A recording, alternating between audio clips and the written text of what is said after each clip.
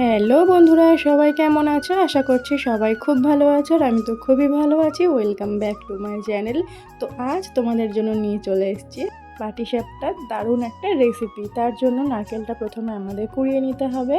তো নারকেলটা আমাদের প্রায় কোরানো হয়ে গিয়েছে। এবার কড়াই বসিয়ে কড়াইয়ের মধ্যে দিয়ে দিলাম 1 বাটি পরিমাণ একটু জল, আর দিয়ে দিলাম কয়েকটা এলাচ আমি নিয়েছিলাম 3 থেকে 4টে, সেগুলো একটু গুঁড়ো করে নিয়েছিলাম, দিয়ে দিলাম জলের মধ্যে।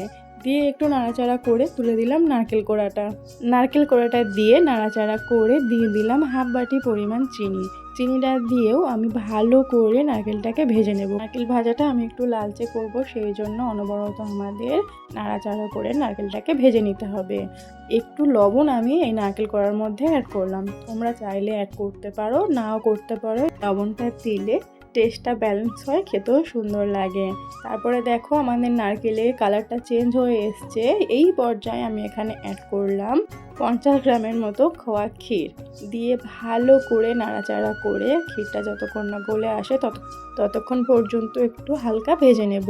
আর এই নারকেলটা পুরো শুকনো করা যাবে না, একটু গামাখা থাকবে, তখনই আমরা গ্যাসটা অফ করে দিলাম। তো এই হলো আমাদের নারকেল ভাজার পর্ব শেষ। এবার চলো যাই পাটিসাপটা তৈরি করার জন্য যে ব্যাটারের প্রয়োজন, সে ব্যাটারটা আমরা রেডি করে নেব। প্রথমেই দিয়ে দিলাম 3 চামচ পরিমাণে চালের গুঁড়ো, আর এখানে আমি 5 চামচের মতো দিয়েছিলাম ময়দা। 2 চামচ আমি একটু স্কিপ করে গিয়েছিলাম, তো আমি এখানে বলে দিচ্ছি চালের থেকে ময়দার পরিমাণটা তোমরা একটু বেশিই রাখবে।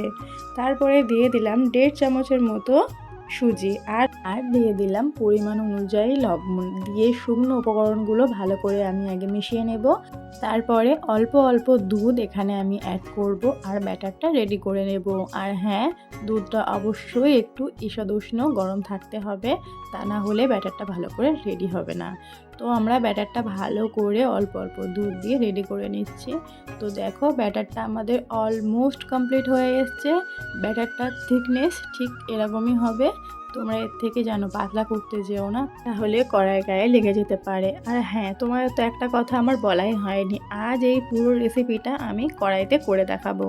সবাই ননস্টিকের প্যানে করে, কেউ তাওয়াতে করে, তো আজ আমি পুরো প্রসেসটা তোমাদের এই কড়াইতেই করে দেখাবো।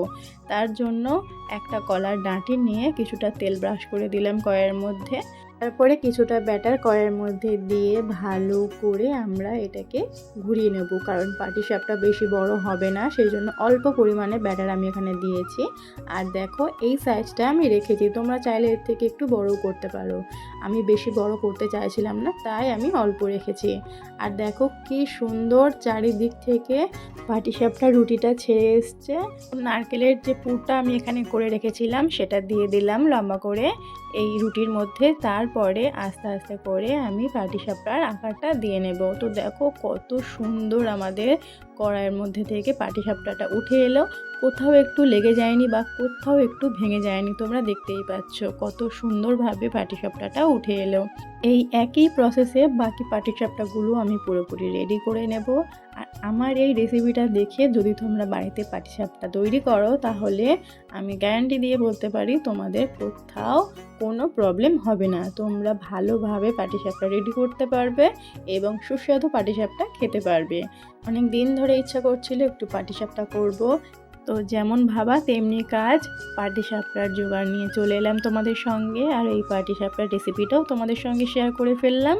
তো আমার এই পাটিসাপটার রেসিপিটা তোমরা কোথা থেকে দেখছো অবশ্যই কিন্তু আমাকে কমেন্টে জানিও।